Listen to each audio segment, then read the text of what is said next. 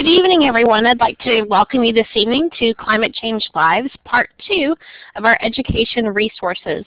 This webinar tonight is hosted, of course, by the U.S. Forest Service and in partnership with the U.S. Fish and Wildlife Service and National Wildlife Federation's EcoSchools USA. Your presenters tonight are myself, Jennifer Hammonds.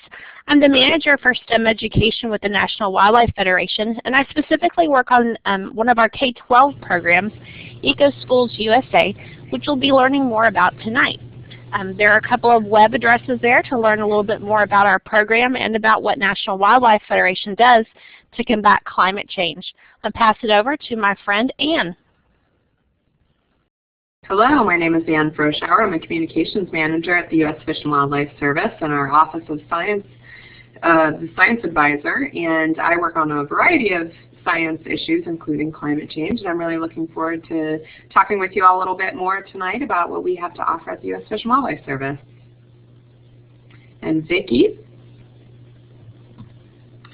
Hi everybody, my name is Vicki Arthur and I work for the U.S. Forest Service, sponsor of Climate Change Live, and I'm a conservation education specialist in Washington, D.C., so happy to have you join us. Thank you.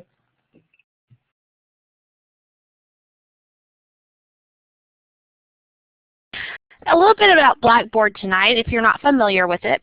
There's only a couple of places that you need to be familiar with, and one of those is number 5, and that's the chat box. This is where you'll have the opportunity to ask questions. If you want to put a web address in there, say hello to anyone, this is the place where you can do that. Also, if you look at the space that's marked 10, this is of course where you're seeing the presentation.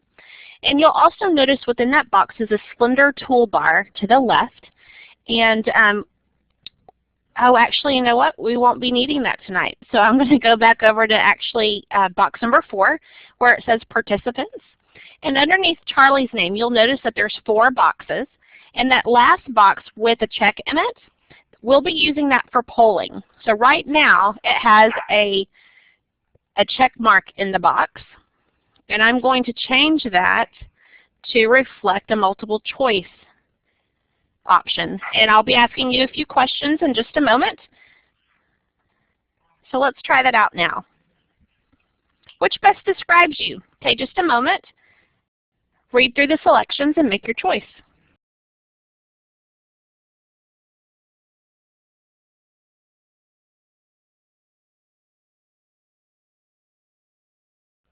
Okay, great. Thanks for responding to that poll. That gives us a little bit of information about who's on board with us this evening as we continue to talk to you about the educational resources that are a part of Climate Change Live.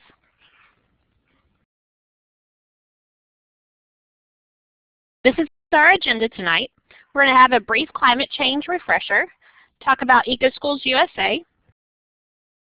Then Anne's going to talk to us about the Fish and Wildlife Service's educational pieces for climate change. And then Vicki will talk to us about the U.S. Forest Service's work with climate change. We'll have a brief evaluation and a quick wrap-up, and let you get back to your evening and with your family. Vicki? All right. Thank you, Jennifer. Well, so Climate Change Live. This is a project that we're hugely excited about, and so can't wait to tell you about it and get you involved. We want to help teachers teach about climate change, give you all the skills, the tools, the excitement to tackle this important topic with your students. So what we have is a project that includes 25 partners that are vetted to bring you credible science-based climate change education resources and programs. And so here you can see some of the objectives that we've set out for the project, and I'll tell you a little bit about those in more detail as we go, but here you have it. This is kind of like what our website looks like, and our website is interactive.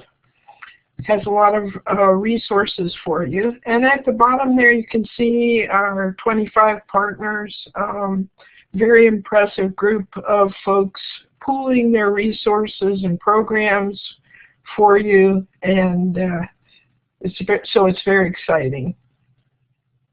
So here's the bottom line.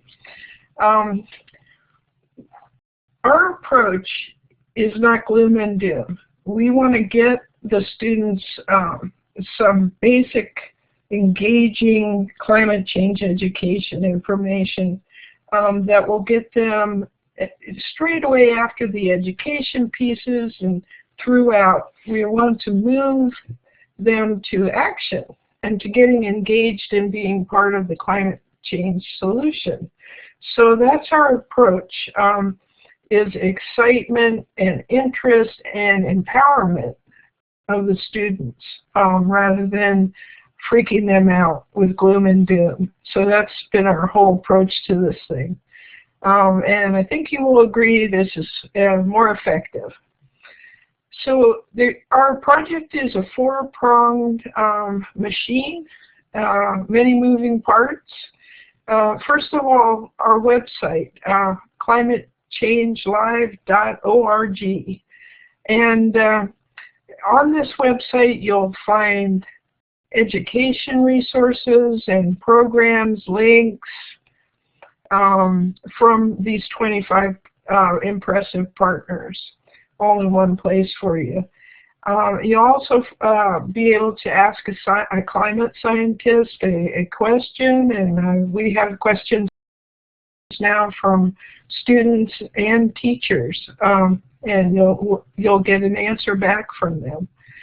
And you can also read what people have already asked. There's short videos from students, so what they think about climate change, what they're doing to help. Classrooms have some short videos there. Teacher testimonials on why they think it's important to teach about climate change. All of that on the website, so we hope you'll check that out. Then the second piece is our teacher webinar series, which you're participating in tonight. This is the fourth of 6 teacher webinars that we've been offering. And if you missed the earlier ones, they're archived on the website, so you can catch up. And 2 more to come after this one.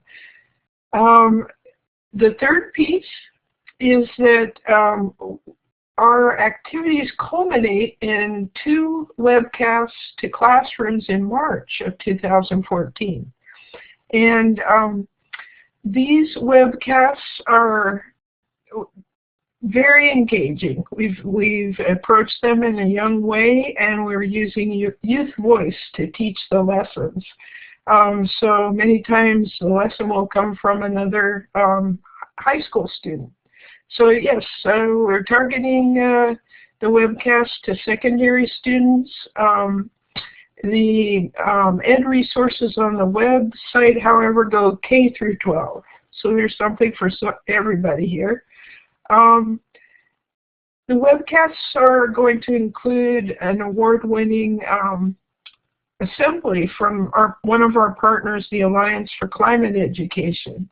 On the first webcast, we're kind of concentrating on the education piece and starting to tease on what solutions there are and what you can do. And then the second webcast is focusing on an interactive discussion about climate change with meteorologists, a young college intern who's worked in Antarctica doing ice core, and we have a climate scientist joining us also. So students are there in the studio, and you can join us through social media. And then the fourth piece is we're offering small grants to help schools achieve their action projects that address climate change. So that is, in a nutshell, what we've got going, and we hope you'll dive in and take advantage of all we've got to offer you this school year. So with that, I pass back to Jennifer. Great, thanks Vicki, I appreciate that. Well, I want to tell you a little bit about the work that the National Wildlife Federation does. You know, our mission is to inspire Americans to protect wildlife for our children's future. And so in order to do that, we focus on 3 main areas. One of those is safeguarding America, or America's wildlife and wild places. We want to turn those inside kids out. And we want to find solutions to the climate crisis. So one of the ways that we're working to find these solutions to the climate issues that we are facing is through our education work. And the National Wildlife Federation has over 40 years experience in the field, and so you may be familiar with Ranger Rick magazine, our schoolyard habitat program, or newer pieces to our K-12, such as Eco Schools, some of you may have heard of, and most recently, Young Reporters for the Environment, which allows junior high through college students the opportunity to become environmental journalists. And they're able to do that through their writing, through their photography, or through video.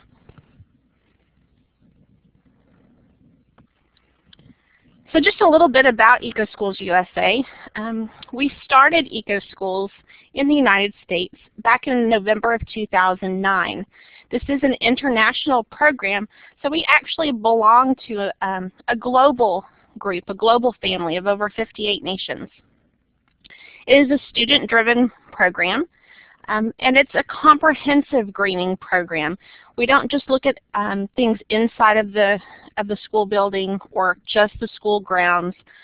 We want to look at both of those things. We also want to green the curriculum and really motivate and green the student's overall experience. The 3 main pieces of our program is the 7-step framework, the pathways to sustainability, and our awards process. And if you'll notice the logo in the bottom right-hand side, you'll see that it says Green STEM. And so I wanted to explain that just a little bit to you and what exactly that means. So our Green STEM initiative is what we're trying to do by connecting students' curiosity about the natural world with the innovation in STEM. And just as nature and environment-based education play a significant role in educating the whole child, so do the STEM disciplines. And at this critical time, National Wildlife Federation and the Eco Schools program is poised to provide teachers and students with STEM opportunities through the lens of sustainability.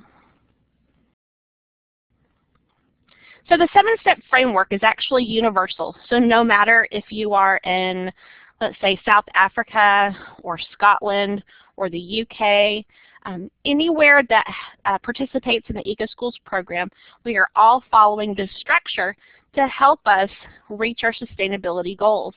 So the Eco Action Team is just your environmental team, your after-school Eco Club. We want to do a school assessment or audit. That's an environmental audit to find out what the needs are at the school, what's important for us as a school to focus on. So that's going to change from school to school and where you are in the nation. Our action plan, now we have these results. We know what the problem is. Let's put some action in place. So what are we going to do? What's that going to look like? We always want to monitor and evaluate. We know as teachers and those of us who work for agencies and organizations, we're constantly having to go back and monitor our practice and evaluate how we're doing. We want our students to do that with the actions that they've put in place. Linking to the curriculum is critical today with high-stakes testing. We want to be sure that what we provide for teachers and students to follow is actually applicable to what they're doing every day in the classroom. And then we want this to go beyond the school envelope, reach out into the community and involve the wealth of knowledge, resources, and partnerships that are out there for the students and just really participate as an entire community. The Eco Code, or the mission statement, is the very last piece. And that can take the form of a written mission statement, just like most of us are used to seeing. Or we've seen lots of schools who've had art contests to see what their Eco Code would finally take shape. And also a video was just turned in a couple weeks ago of an Eco Code. So they're really creative and they can take on any shape or form. These are the 10 pathways to sustainability that we have chosen in the United States.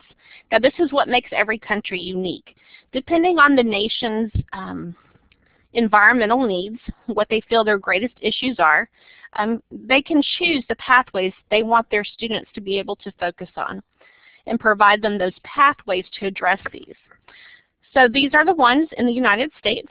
And of course tonight we're focusing on climate change, but we all know that climate change really affects most all of these pathways directly.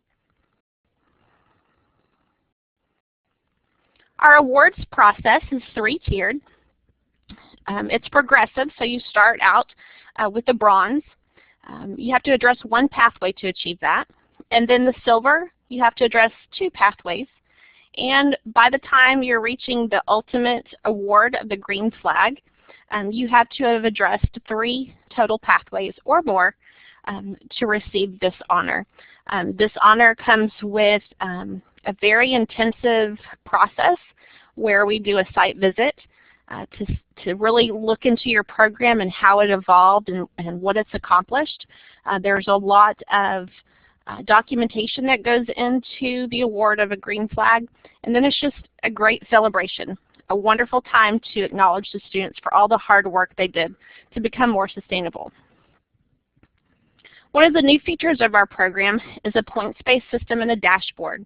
And every time a school registers, or let's say this, how about when a school registers, they receive this dashboard and they're able to input information specific to their school. So their mascot, their contact information, what their goals are for the year, what their proudest achievement is, video and pictures. And then it gives them points so they know where they are in the process. If they're wanting to attain the bronze in a certain amount of time, they know how many points they have, and so on and so forth. But probably the most important piece is what you see on the second half of this page, and these are the metrics. So this is a visual tool to show schools exactly what they have accomplished by reducing their carbon footprint.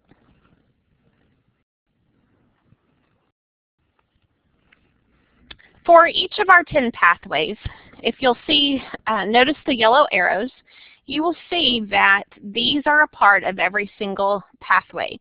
So I specifically chose climate change, of course, because that's our topic this evening. Here you'll see learning objectives, top 10 tips, and fast facts. Those 2, I usually have teachers and students use these as morning announcements or as in tips that go out in e-newsletters. There are sample audits and action plans available, curriculum connections if needed, and then extra resources if those are needed as well. And here's an example of a sample action plan. This is very simple, it's not very detailed, and this is not the form that the action plan has to take. This is the form it can take to help guide the students as they create their plan, but it can really look any way that students create it. It's very flexible, and we want the students to take ownership of it. The carbon calculator can be, if you follow the pathway that you see across the bottom, and that's how you can reach this carbon calculator. And when students address energy, when they address climate change, when they address consumption and waste, and a few other of our pathways, they're asked to use this carbon calculator as a part of their auditing process. And I just did a screenshot of the classroom audit summary here. And I think what I feel is one of the most powerful pieces to this is, yes, it shows the before taking action and after taking action. It also shows the pounds of CO2 saved, but it shows the kids what they've saved in actual monetary funds. What are you saving the school by doing these different actions? And so this is a wonderful tool. Right now it's in the form of an Excel spreadsheet that can be downloaded to your desktop or to the computer that your students are working on. They just have to save it each time, and that information will accumulate over time until you have a full picture of each one of these audit categories. We hope one day to have it completely online and available for everyone, but for right now it's in the form of an Excel spreadsheet and available for everyone to use. Now we have several partners that we work with, and to me partners are powerful, and without partners this entire Green Schools movement would not be taking off. We as the National Wildlife Federation would not be able to accomplish the things that we do without the wonderful partners such as the U.S. Fish and Wildlife Service and the U.S. Forest Service, of which we work with a lot to help push these movements and these policies and advocate for what we know is best for our natural world. So NASA is one of our partners that we worked with, and this was a curriculum that was written in conjunction between EcoSchools USA and the Earth Observing Satellite education folks over at NASA. And there are 4 modules. The first one is pretty much introductory, but then the meat of the rest of the curriculum, we have factors that influence temperature, how climate affects both natural and human systems, and then energy, which addresses both solar and wind power potential for schools. A lot of times when kids want to address climate change and reduce their carbon footprint, they think about energy savings and, oh, we need solar or we need wind, and that's not really realistic, either money-wise or they don't live in a place of the nation that provides them with enough solar power or wind energy to make that feasible. So if you're interested in taking a look at that, looking for some lessons that will help fit into your overall scope and sequence, there is the web address across the bottom. And then Polar Bears International is another partner. We work together to create a series of webcasts, and we also combined a lot of our resources. So here, and the web address of course is across the bottom, here you'll find several assets that both National Wildlife Federation has and Polar Bears International has. So together we're working to save the polar bear. It has a very unique story. It's a story that's in the limelight a lot. And we both find this species in need of saving. And so we've worked together and created a powerful partnership in order to help students take action. And last but not least, PLT Green Schools is one of our partners. And this is a special partnership where we've worked with Kansas Green Schools. And so those Kansas Green Schools can co-certify. And that means that if they're a PLT Green School already, then they can automatically be considered an EcoSchools Bronze Award winner. And vice versa. If they're already an EcoSchools Bronze Flag Award winner and they are a Kansas Green School, then they automatically become a PLT Green School. So this is we're two very like-minded organizations, PLT and EcoSchools, but our goal is not competition. Our goal is to work together to push the Green Schools movement forward and to make it that much better and that much stronger. So if there are any questions, I will try to provide you with some answers. You can put those in the chat box.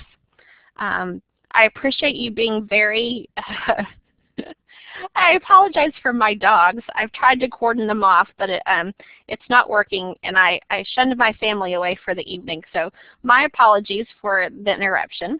But if you have any questions, please feel free to put those in the chat.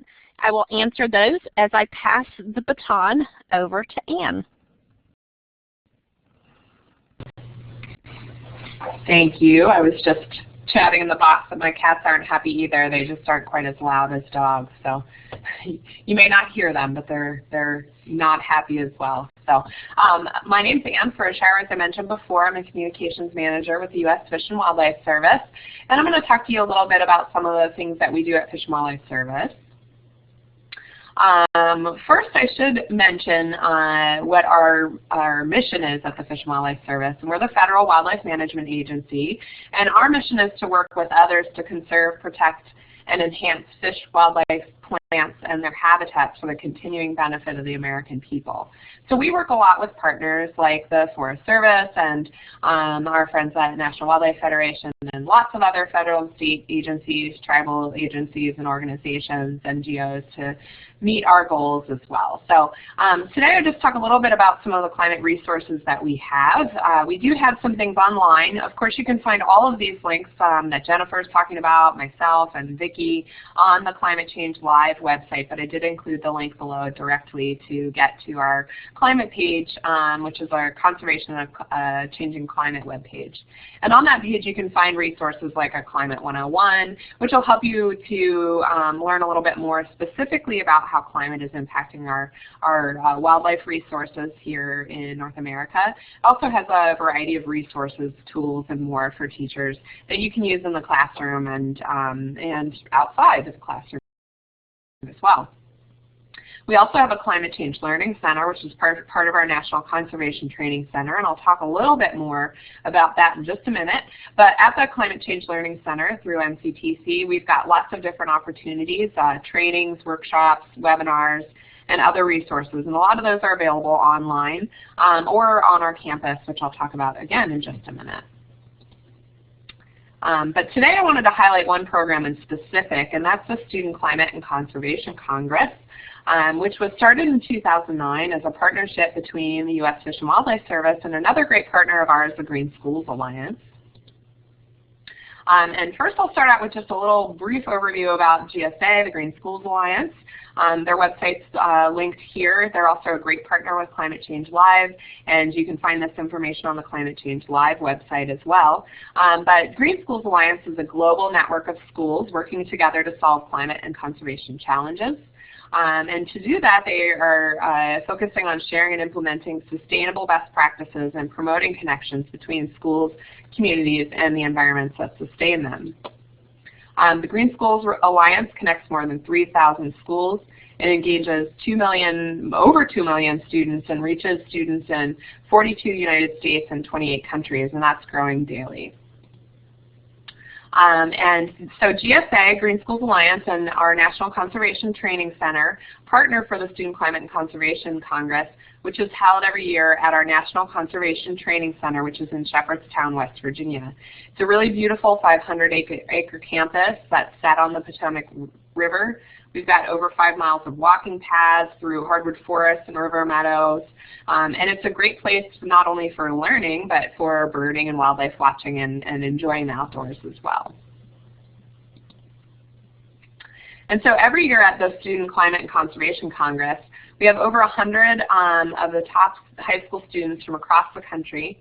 And they come together for a week to enhance their understanding of conservation science and sustainability, and to build knowledge, skills, and tools to address resource challenges to better serve their schools and their home communities. Over the course of the week, students will interact with conservation leaders and experts in science and communications, and particularly in the field of climate change. They'll analyze key environmental issues and solutions, and they'll actually build a plan that they take back to their home schools and communities to implement climate and conservation projects. In the past, we've had some really great speakers. Every year it's really exciting to be a part of the Student Climate Conservation Congress.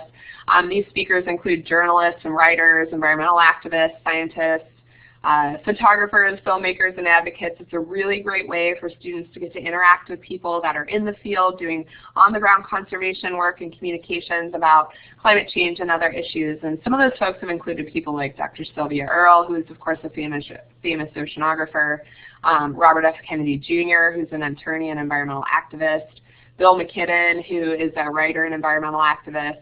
Last year we had Joe Reese, who's a National Geographic Young Explorer and Wildlife photojournalist, and Ian Cheney, a filmmaker and advocate. So it's a really great way for students to connect to some people that they probably have been seeing and hearing in the news, and particularly if they're interested in climate and environmental issues. And the reason I wanted to highlight this today is because our next Student Climate Conservation Congress is coming up in June of next year, Sunday, June 22nd to Saturday, June 29th. And this is a really great opportunity for student leaders to learn from experts in the field and develop strategies to address conservation challenges as student leaders.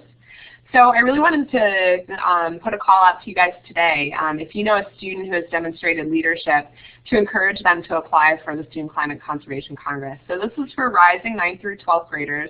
The students can participate multiple years, and actually a lot of students come back and become mentors for younger students. So if you've got some superstars, if you've got some students that are really great and interested in climate change and environmental issues, I would really urge you to invite them to apply for this. We're going to start taking applications in January, so it's a really great way for you to bring some real-world experience and let the students really interact with some folks in the field. And I put the link here, but it'll also be available on the Climate Change Live website as well. And with that, I'm available to take any questions that you might have about the Student Climate Conservation Congress or any of the other resources available for the U.S. Fish and Wildlife Service.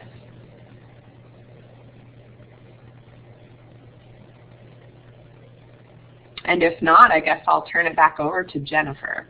And you're welcome to put your questions in the chat box, and I can answer them as we move along. Thanks, Ann.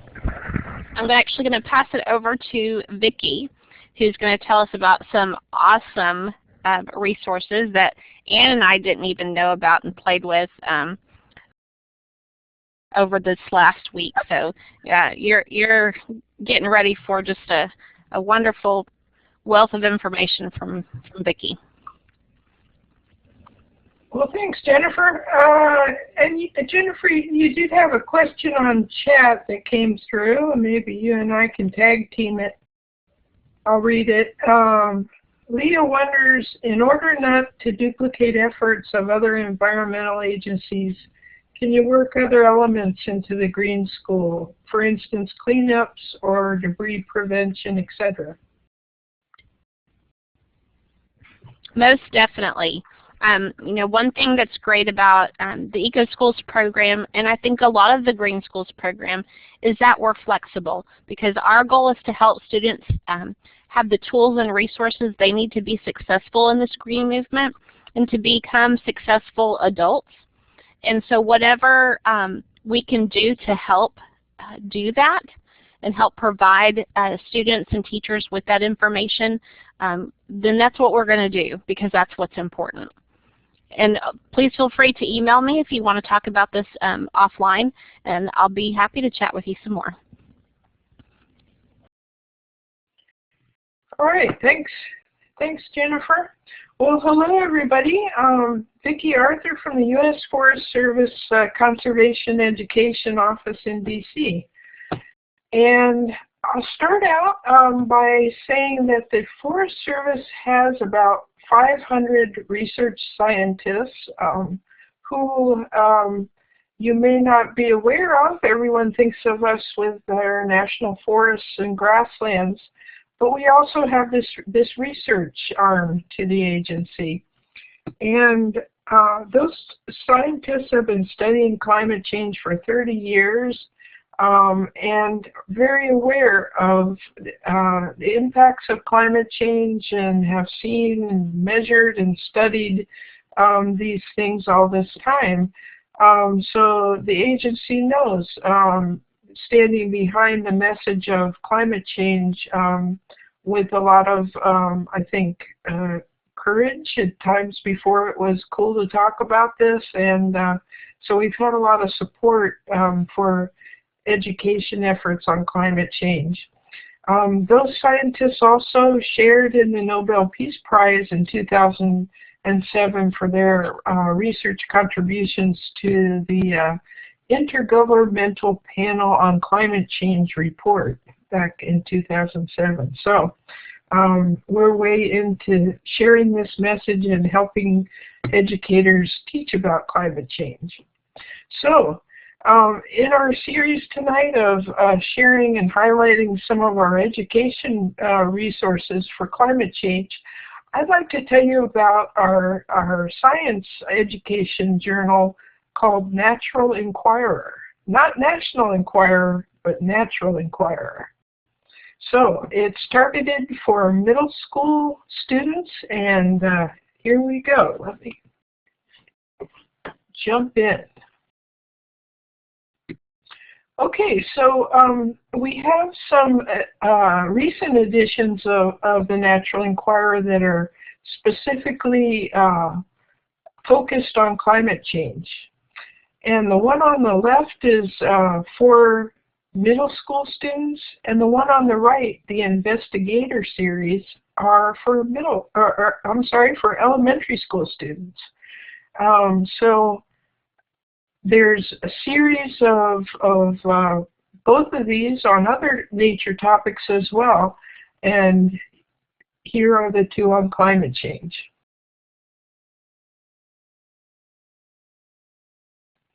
Also, there have been many editions over the years on topics that relate back to climate change. We have one on the left I'm looking at that talks about estimating the amount of sequestration of carbon from the leaves of trees and soil. The one that, let's see, let me get my pointer. This always takes a little while. There we go. This one is studying the world's forests and carbon dioxide, bark beetles, and the changes that climate change has on their life cycle. And so many topics that relate to climate change. So what is Natural Inquirer? Well, it takes the real life published research of Forest Service and our partners' science and makes it into an engaging middle school targeted journal. And it's structured in the same way that the scientific paper is structured, with an introduction method that the scientists use, findings and discussion of their results. So it's a nice way to relate to STEM, to show the scientific method, and what do scientists do. So, of course, it's made more friendly than the scientific paper. I like this graphic. It shows a pie chart in a way that a kid could relate to it. It's more engaging and friendly. So, from these journals, you get the topic explained in a way that a kid can understand.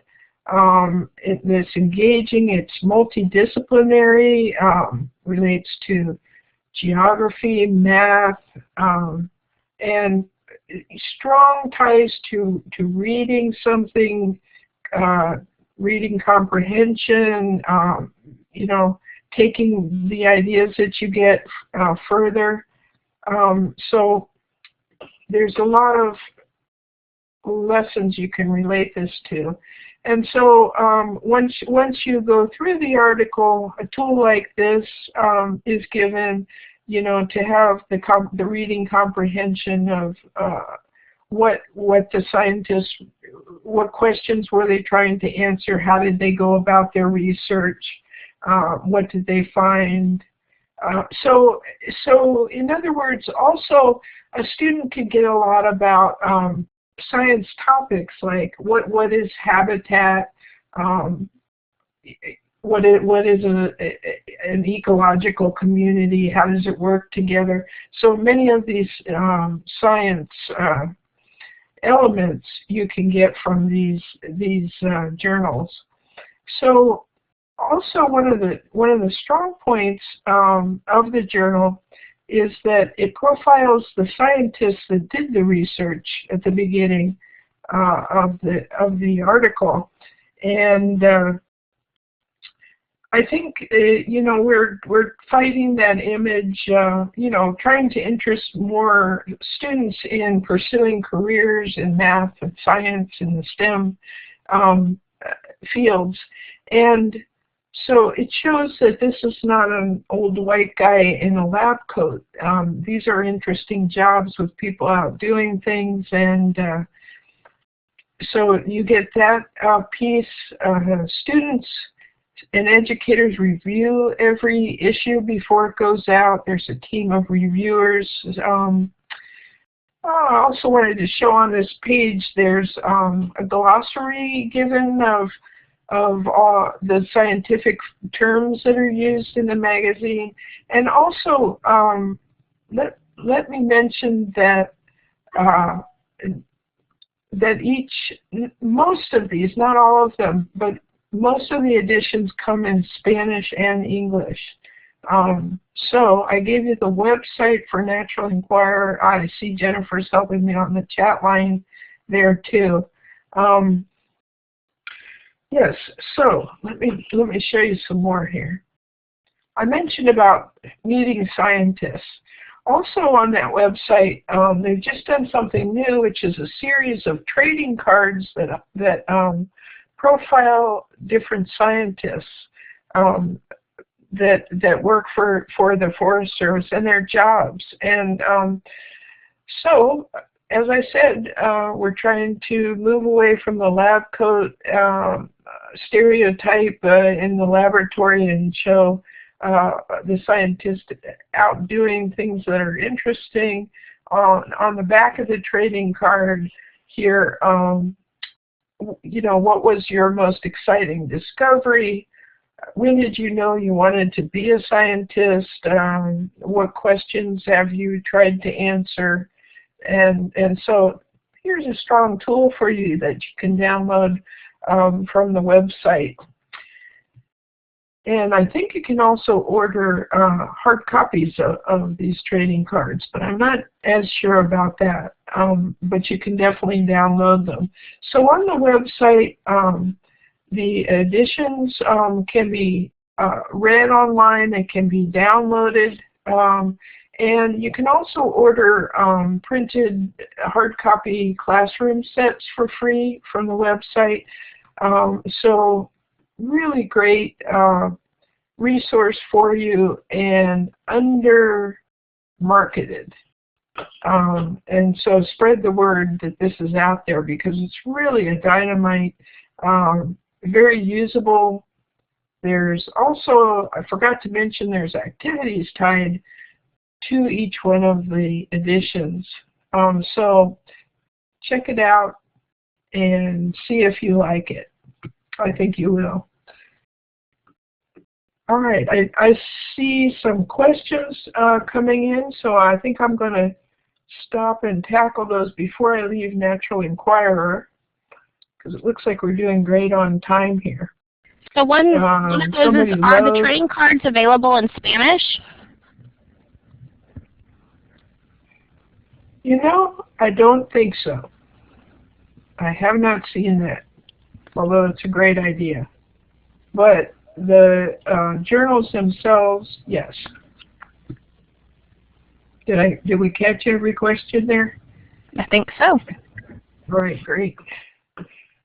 All right, so I encourage you to check that out, see all the nature topics that are covered there, and find many journals related to climate change education. So let me move from Natural Inquirer to show you some more education resources that we have. We did a series, a green series, I guess you could say, of activity guides for the Job Corps centers. Forest Service manages, I think, 28 of them across the country, and they have high school students in them. So this is a very adaptable little activity guide with, I'd say there's 4 or 5 activities in each of them on topics of sustainable living, green jobs, and one on climate change. So these are really very adaptable. great to use. I think there's some pretty, they're not huge, but there's some great ideas in them. And the way to access them is from our Forest Service Conservation Ed website, which is on my introductory slide. And I may add that from there's a teacher's toolbox, and from there you can go to climate change education and pick up some more resources that I'm not going to get a chance to tell you about tonight. So check that out. One of my favorites. Okay, so the website you see at the bottom of this slide is wonderful, treebenefits.org. So what do we have here? Well, I start out by saying what is the value of a tree besides, the cost of lumber? What does a tree do for us? How the kids think this out. So this is a tool where you can go out and measure one or more trees in your schoolyard, in your community, in your backyard, and you can actually, with just a few measurements, you can figure out what we call ecosystem services of that tree. So you go out. This is how simple it is. You go out and you find a tree. You measure the diameter of that tree. Well, there's a math lesson right there to figure that out. Then you put in your zip code. You figure out what kind of tree it is. And there's a life science lesson. You can learn to use a field guide, a key, anything like that. So there you have some interdisciplinary stuff going on. Come back to your computer. It doesn't work well on a mobile, I've found, but it's a very powerful tool when it's all working right. So you plug in those three things, and then you can find out. There's some tabs up top. It's kind of hard to see on this small slide, but you can tab on, for instance, my favorite, energy. And so this will tell you, so this is the overall home screen that will tell you like a dollar value of a 12-inch maple, for instance, is giving you $92 worth of ecosystem services a year. And those would be energy savings. Let's say the tree is planted next to the building and it's shading the building. Well, you're saving on energy from having to air condition. Carbon sequestered from the air will actually tell you how much carbon that tree sequesters from the air every year, and what is the equivalent in how much a car is driven, how much carbon is coming from that car, how much stormwater is intercepted by that tree, and why that's important in terms of flash floods and erosion, things like that. And it even tells you the property value difference from having a tree in your yard, in your area. So this is a very powerful tool with some nice, concise descriptions of what services that tree gives you. So you can have a great time with this tool. It's based on Forest Service forest inventory of the growth of trees in different areas of the country. And so by putting in your zip code, that's how you regionalize the growth data of your tree. And it also, in terms of growth, it also projects out into the future as your tree grows larger, how the benefits will increase by the larger tree. So there's a lot of fun extensions to this too. You can find out that different species of trees have different rates of carbon sequestration. So if you're going to plant a tree might consider that when you're picking what kind of tree. You can also, on the more advanced models, you can also use a CAD design program to see where to put that tree to get the most energy savings. For instance, what aspect of your building would provide the most energy savings. And so this is a totally cool tool. Jennifer may put the link over there and people can just go give it a try. But anyhow, this is very popular. And then finally, I wanted to let you know that, as Jennifer said, we also, there's many Green Schools programs all over the country, and we're proud to be part of this Green Schools movement. The Forest Service and our partner Project Learning Tree have a Green Schools program that can be accessed from this website. And we are excited with what we've got. More than 2,000 schools registered, and we started in Washington, D.C. with some of our really urban schools. Some of these pictures are us establishing raised bed gardens on top of asphalt parking lots and planting trees, and some of our original DC kids measuring electricity use at their school. And so we've had a great time with this program, and it continues to grow and be very exciting. All of us have had some of our schools be recognized as by the Department of Education as Green Ribbon Schools for their work with our Green Schools program. So we're all very proud. Let's see if I can remember the things that we approach this with.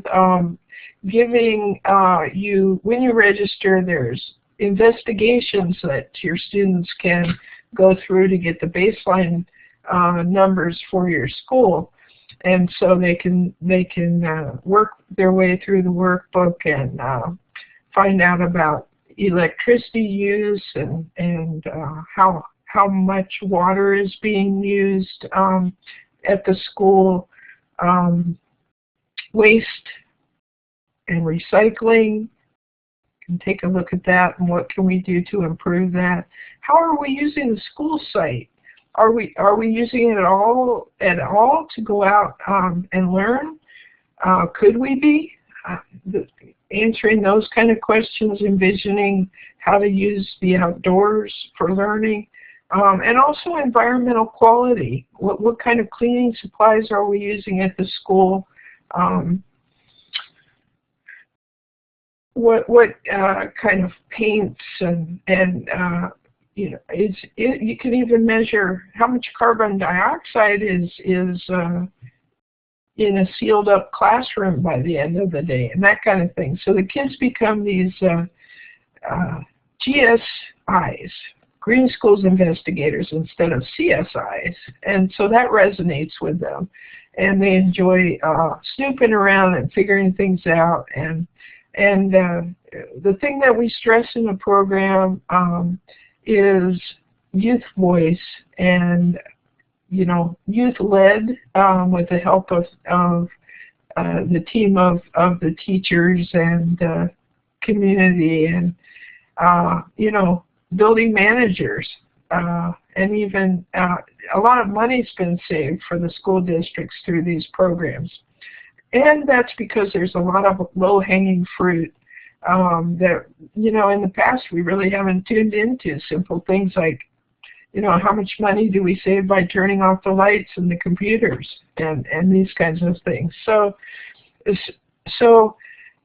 we're just all of us in this movement are very excited about our Green Schools programs. So before I close up, I'll just mention that through our Forest Service Conservation Ed website, there's some strong tools that I haven't highlighted tonight, but I have some time to tell you about. There's a program that you can find there where you can put a dot on a Google map for your house or your school, and it will actually pull up for you graphs that show you expected temperature and precipitation changes based on different carbon emission scenarios. So when I say carbon emission scenario, business as usual, what is the expected trends from how much carbon we're putting out now? What about if we start to green our ways? What is the potential trend there, shown through computer modeling? And then you can take that to a wonderful tree and bird atlas, which answers the so what about the trend of precipitation and temperature, the so what to species of trees, species of birds, and you can see that there are impacts to the range of the trees and the birds, and learn about why that natural history of both of those species and why they're tied to certain habitat. And so you can tell a story through some of these tools that were actually made originally, much of the stuff made originally for land managers, but very good for high school students, I would say. Working with data, how do computer models work? How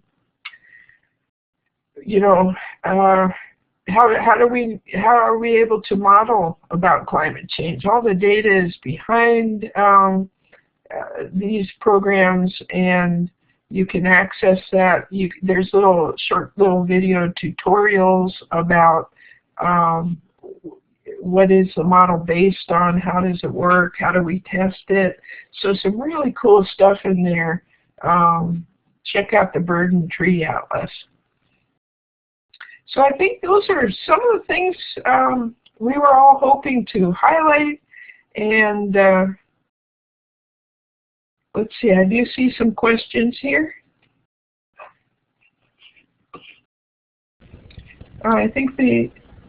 Okay, let's see.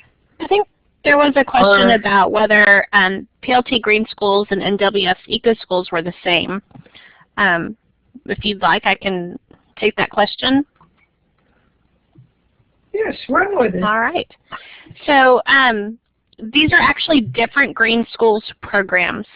And so, a lot of people will say, well, if I'm doing this, why do I want to do another? And for me, as a former classroom teacher, it was always about recognizing my kids. So if we were a certified PLT Green School, then I would like to recognize my kids as an NWF Eco School. And I want to recognize my kids, for their accomplishments, and hopefully they'll be awarded with a Green Ribbon federal award. And so to me, it was about recognizing the kids for all their efforts and providing them with as many types of tools and resources as possible to make a difference. So the Green Schools program that's on the screen right now is a part of PLT. And then National Wildlife Federation's program is Eco Schools USA, which is part of a global network of schools who work to combat climate change, amongst many other things. So I hope that answered your question. If not, just put it in the box and I can try to clarify some more. And then Vicki, are there green schools that are elementary schools? And from the Eco Schools perspective, about 50% of our schools are elementary schools, and I would think that that's also what it is for PLT. When you look at the makeup of elementary schools, middle schools, and high schools in the United States, our participation is usually reflective of those overall national numbers. But Vicki, you may know different. Yeah, I totally agree. you know, you see the kids in the photos that I grabbed are elementary here. And so actually I would say elementary and middle reflect the majority of our schools that are green schools. You know, I think each of the programs may have different strengths that you might want to draw on, you know, as you see what's the best fit for you. And you know, as Jennifer said, we're not in competition. We're part of a movement that none of us could do by ourselves.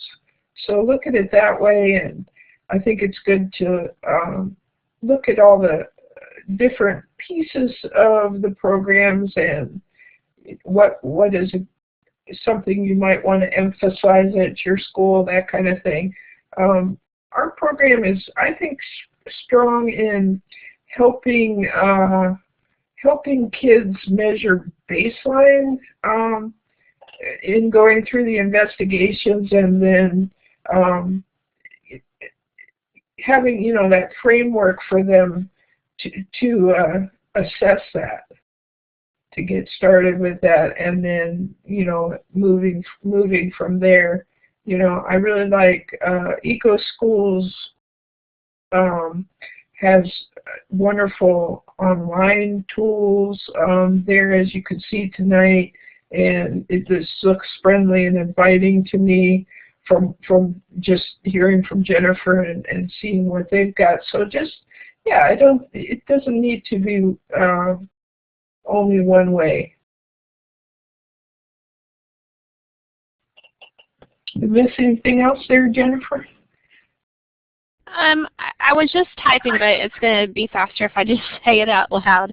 I know if you look at those who are participating in any of our Green Schools programs, whether it's National Wildlife Federation or PLT or the Green Schools Alliance, that you'll notice that some of them are not actually K-12 schools, but rather nature centers or other organizations. And I think part of that is because they see the value in what each of our programs can provide. And so they want to utilize those tools and make them a part of what they do. And any of those organizations and entities that you know, work on informal education or any type of outreach, I think find value in the types of things that we provide.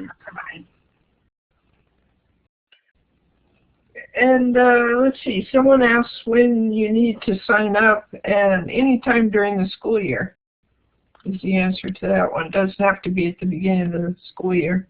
Correct. You can register to be an eco-school any time of the year. It could be on the first day of school, the last day of school, during your summer break, whatever works for you. And as far as the awards go, if you're wanting to apply for an award, that's not on a time frame either. So if you finish the year in a certain spot and you feel like the fall is when you want to celebrate that accomplishment, that's fine. You don't have to apply for awards at any certain time of the year. I see that somebody asked about where the websites are. They've been on the slides, and they'll be archived with this webinar. And also, hopefully by Friday I'll have that up. Okay, and everything we're showing you and more can be accessed from the climatechangelive.org website, and that's the whole idea of that, is to house all this stuff in one easy place for you. I like to call it the teacher's silver platter method, so that you don't have to go searching around for everything. So a pot of gold awaits you.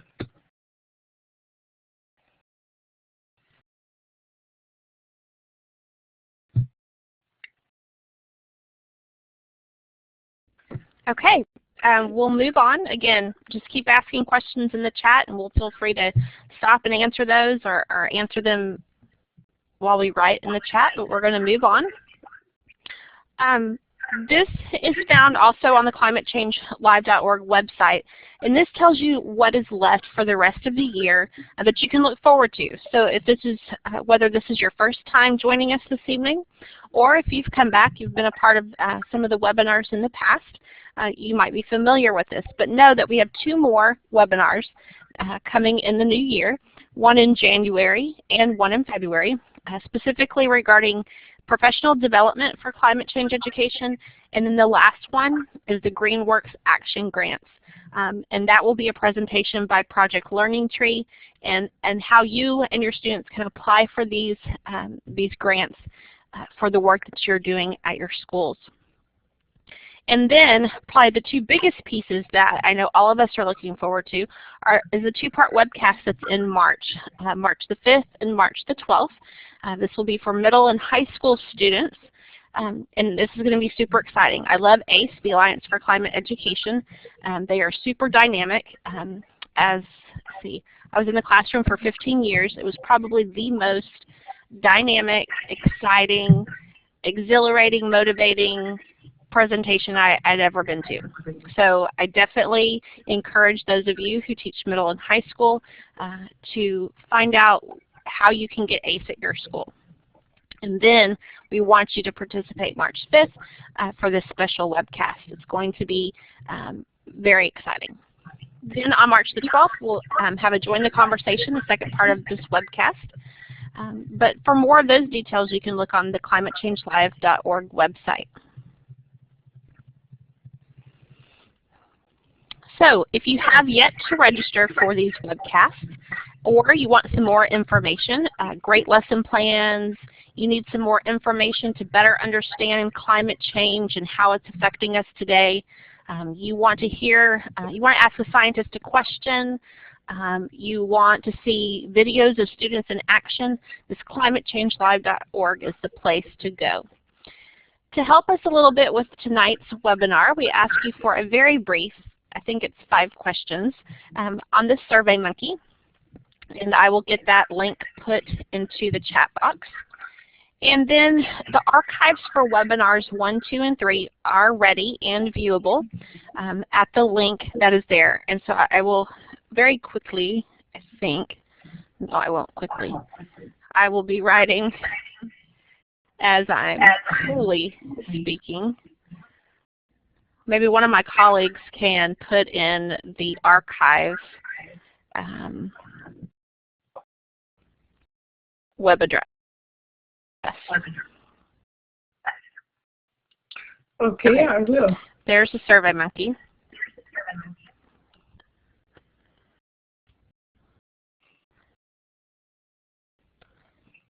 Okay. I'm going to go forward and then I'll go back for those of you who might be missing that, one or two of those links. But feel free to continue this conversation offline. Any one of us can help answer your questions.